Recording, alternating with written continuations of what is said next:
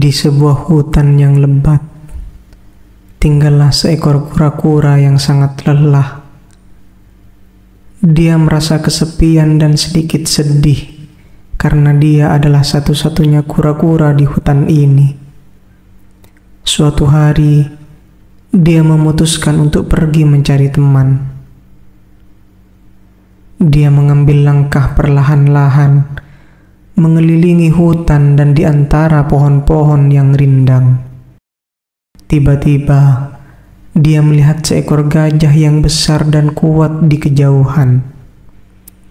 Hatinya berdebar-debar dengan harapan bahwa gajah itu mungkin mau menjadi temannya.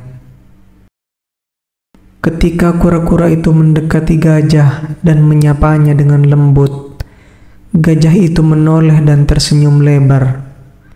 "Hai kura-kura kecil, kamu ingin menjadi temanku?"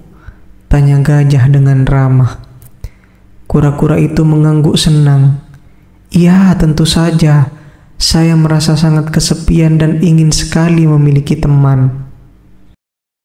Gajah itu tersenyum dan berkata, "Baiklah, kita bisa menjadi teman yang baik. Ayo ikuti aku ke tempat tinggalku di hutan."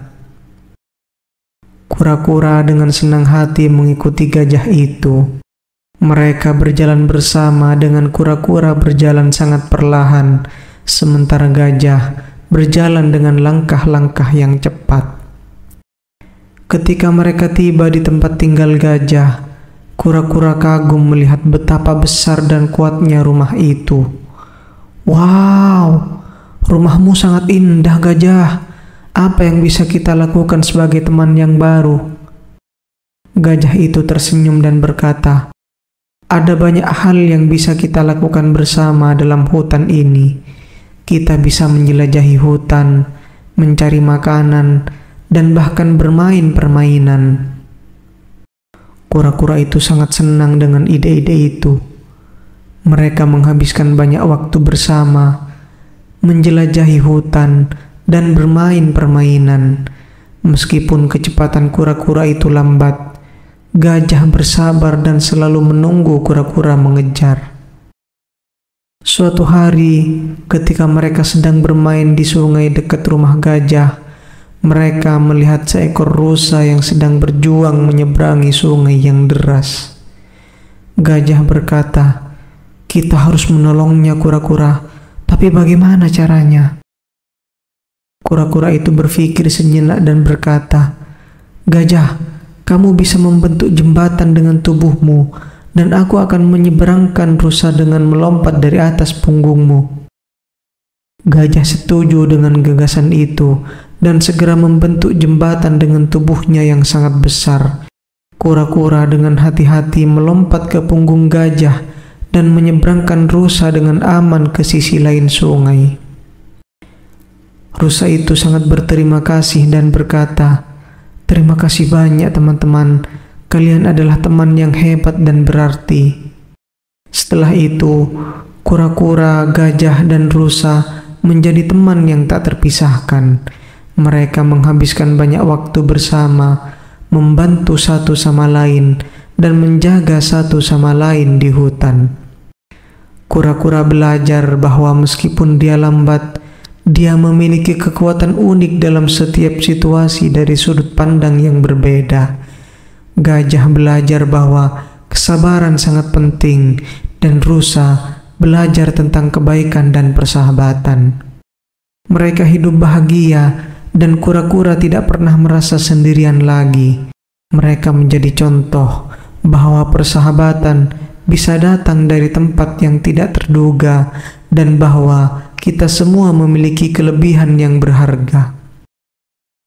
Demikianlah cerita tentang kura-kura dan gajah yang menjadi teman sejati di dalam hutan. Semoga kita juga bisa bersikap seperti mereka, menghargai persahabatan, dan menolong orang lain saat mereka membutuhkan.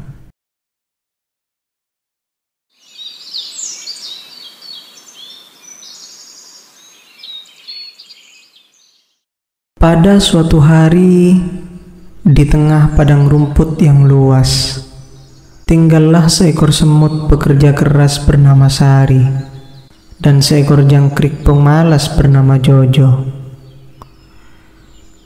Sari selalu sibuk mengumpulkan makanan untuk persediaan di musim dingin. Sementara Jojo lebih suka bermain dan bernyanyi di bawah terik matahari. Sari, semut yang rajin itu, selalu bangun pagi untuk bekerja. Dia berkeliling padang rumput mengumpulkan biji-biji dan remah-remah untuk disimpan. Sari tahu bahwa musim panas tidak akan berlangsung selamanya dan musim dingin akan segera datang. Di sisi lain, Jojo, jangkrik yang gemar bersenang-senang, memandang pekerjaan Sari sebagai sesuatu yang sia-sia. Jojo selalu berkata, "Hei Sari, mengapa kamu bekerja sekeras itu? Musim panas masih panjang. Ayo bersantai dan bernyanyi bersama." Namun, Sari tetap pada pendiriannya dan tidak mau bergaul dengan Jojo yang pemalas. "Musim dingin akan tiba dan aku harus siap," jawab Sari setiap kali diajak oleh Jojo. Hari berganti hari, Sari terus bekerja keras, sementara Jojo terus bermain dan bernyanyi. Tidak lama kemudian, musim dingin pun tiba. Salju mulai turun, menutupi padang rumput dengan selimut putih yang dingin. Sari sudah siap. Dia memiliki cukup makanan untuk bertahan selama musim dingin dan bersembunyi dengan nyaman dalam sarang yang hangat yang telah dibangunnya dengan susah payah. Jojo di sisi lain tidak siap. Dia kedinginan dan lapar. Nyanyiannya sudah tidak lagi terdengar karena dia terlalu lemah untuk bersenang-senang. Dalam keputusasaannya, Jojo pergi ke sarang Sari untuk meminta bantuan. "Tolong Sari, aku kelaparan dan tidak memiliki tempat untuk berlindung dari dingin," ratap si Jojo. Sari yang memiliki hati yang baik tidak tega melihat Jojo dalam keadaan demikian. Dia mengingatkan Jojo, "Aku telah memperingatimu untuk bersiap-siap, tetapi kamu memilih untuk bermain daripada bekerja."